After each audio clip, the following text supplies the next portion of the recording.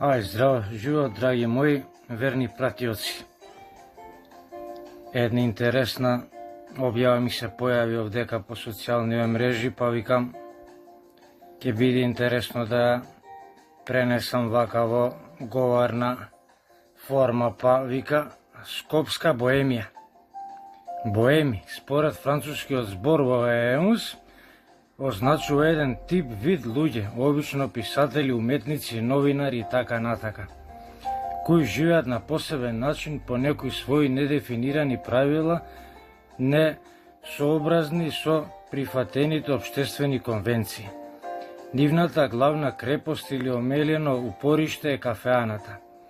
Но ако алкохолот е едно од најстарите човекови пронајдоци, тоаш и кафеаната може да ја сметаме за едно од најстарите цивилизацијски институции.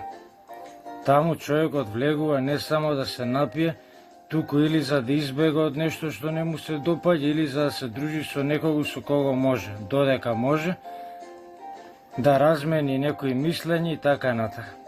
Згора на тоа, алкохолот ги урива сите бариери меѓу луѓето, особено нивната отуѓеност. Некој рекол дека само желбата за алкохол не разликува од животните, или да се умее да се пие, значи да се умее да се живее и со будалите. Оттаму боемите се и духовити, главно со своите непредвидливи постапки. Боемите секојаш пијат за да ја прошират својата слобода и својот суверенитет.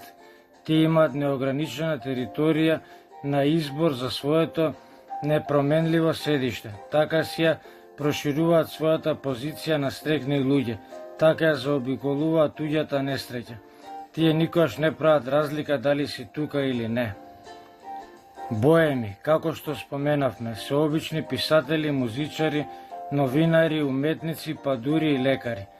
Познам еден врховен психијатар кој на некогашната телевизија Скопје имаше серија предавања за алкохолот и за неговите штетни последици во психата на човекот. А сето тоа го елаборираше многу компетентно, со многу повеќе примил во себе отколку во своето едукативно излагање.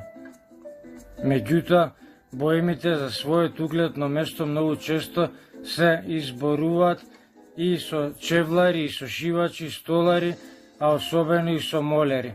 Конкуренцијата е голема. Зошто посебно ги нагласуваме молерите? Па затоа што единствено тие не се срамат да го нагласат својот тежок уметнички живот. Верувам дека има уште скопјани кои се сеќаваат на Панче Молерот, најголемиот боем со седиште во ресторанот Победа. Победа беше недалеко од старата железничка станица, каде секојаш имаше повеќе амали отколку патници. Панче ќе тркнеше кај нив, ќе ги праша дали се слободни, а амалите, мислејќи дека им нуди работа, во еден глас ќе викнеа: "Слободни сме, другар Панче."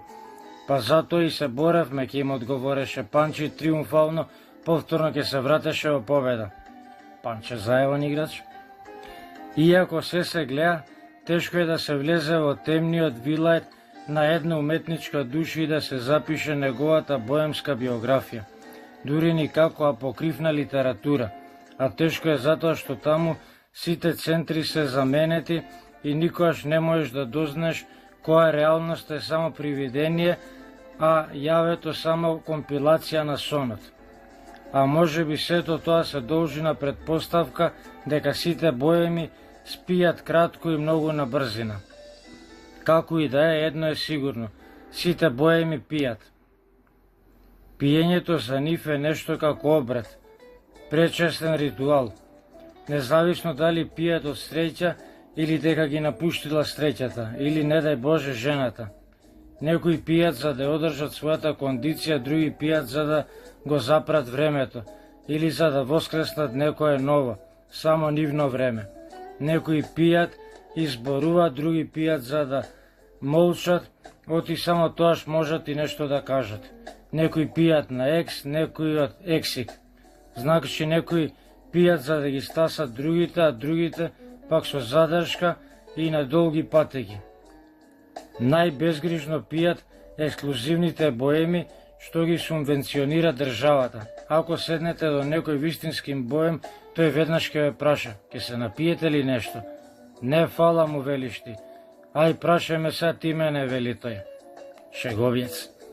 Според тоа, има професионални боеми, но поголем дел од бројот на така наречени аматери или маргиналци.